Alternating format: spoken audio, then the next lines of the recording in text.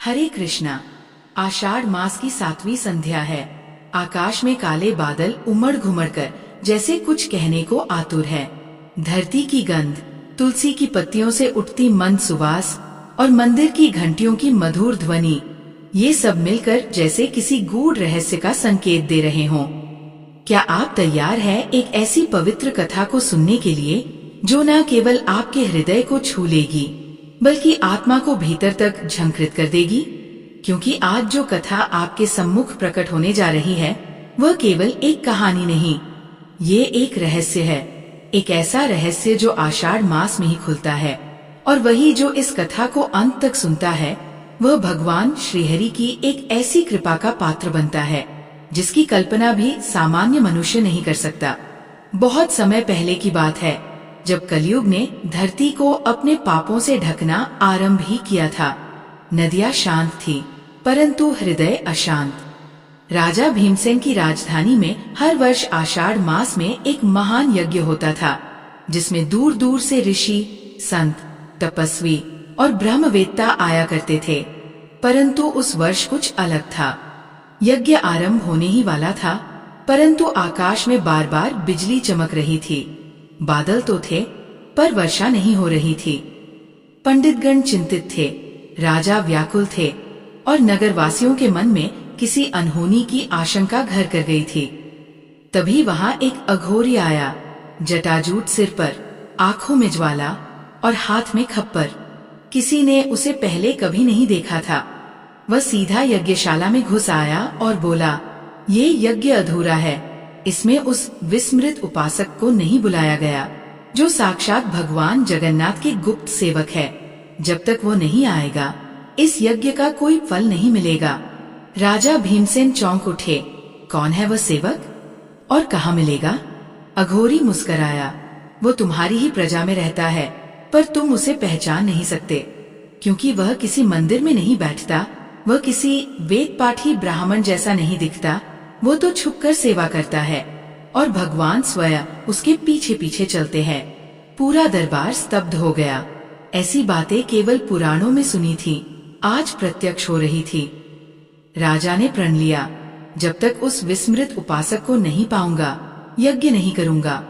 और बस वहीं से आरंभ होती है आज की हमारी कथा, उस अद्भुत उपासक की खोज। क्या आप जानना चाहते हैं कि वो कौन था, कहाँ रहता था और भगवान उसके पीछे पीछे क्यों चलते थे? राजा भीमसेन ने अपने सबसे बुद्धिमान मंत्री को साथ लिया और एक गुप्त यात्रा पर निकल पड़े। वे सबसे पहले पहुँचे नगर के उस भाग में जहाँ दलित और गरीब लोग रहते थे। राजा ने पहले कभी वहाँ पाँव नहीं रखा था, पर अब वहाँ हर चेहरा वो उपासक ही दिखता था।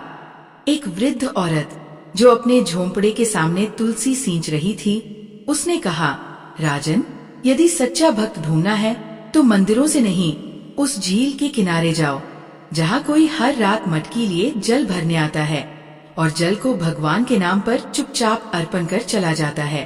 राजा ने आश्चर्य से पूछा, तुम्हें कैसे पता?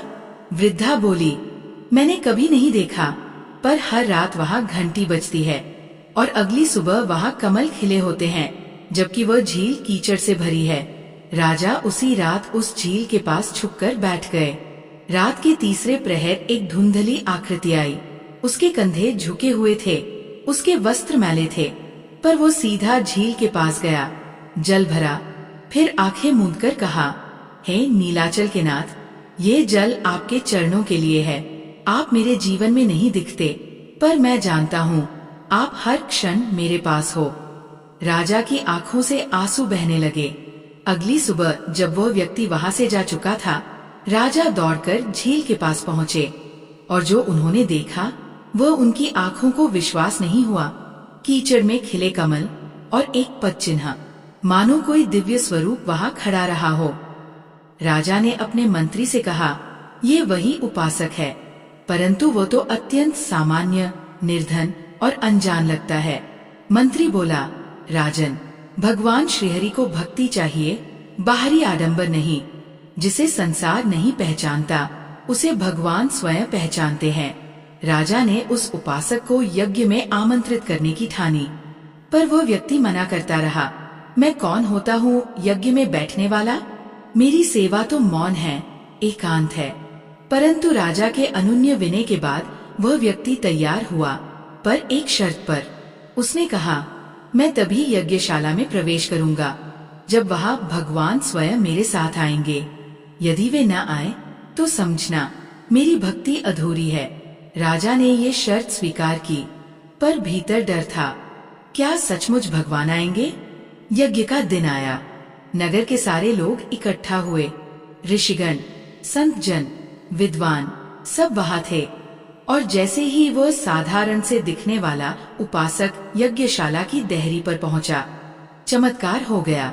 घंटियां अपने आप बजने लगी, आकाश में मेघ गर्जन करने लगे और एक तेज प्रकाश उस देहरी पर उतर आया। सबने देखा, वहाँ कोई दिखाई नहीं दे रहा था, पर उस उपासक के चारों ओर जैसे कोई अदृश्य शक्ति चल रही थी। वह जहाँ कदम रखता वहाँ कमल खिलते।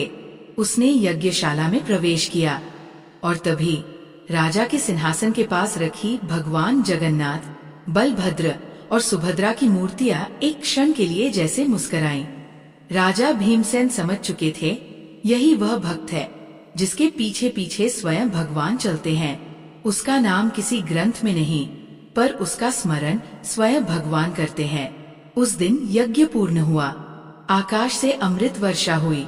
सबको लगा जैसे भगवान स्वयं उपस्थित थे। पर कथा यहीं समाप्त नहीं होती, क्योंकि अगले दिन जब राजा ने उस उपासक को बुलवाया तो वो गायब था। कोई नहीं जानता वह कहाँ गया। उसके झोपड़े में बस एक बाती और कुछ फूल रखे थे और एक छोटा सा पत्र। उस पत्र में लिखा था, हे राजन, मैं कोई साधारण जीव नहीं, नीलाचल से आया हूँ और वही लौट रहा हूँ। ये मेरी सेवा का एक छोटा अंश था।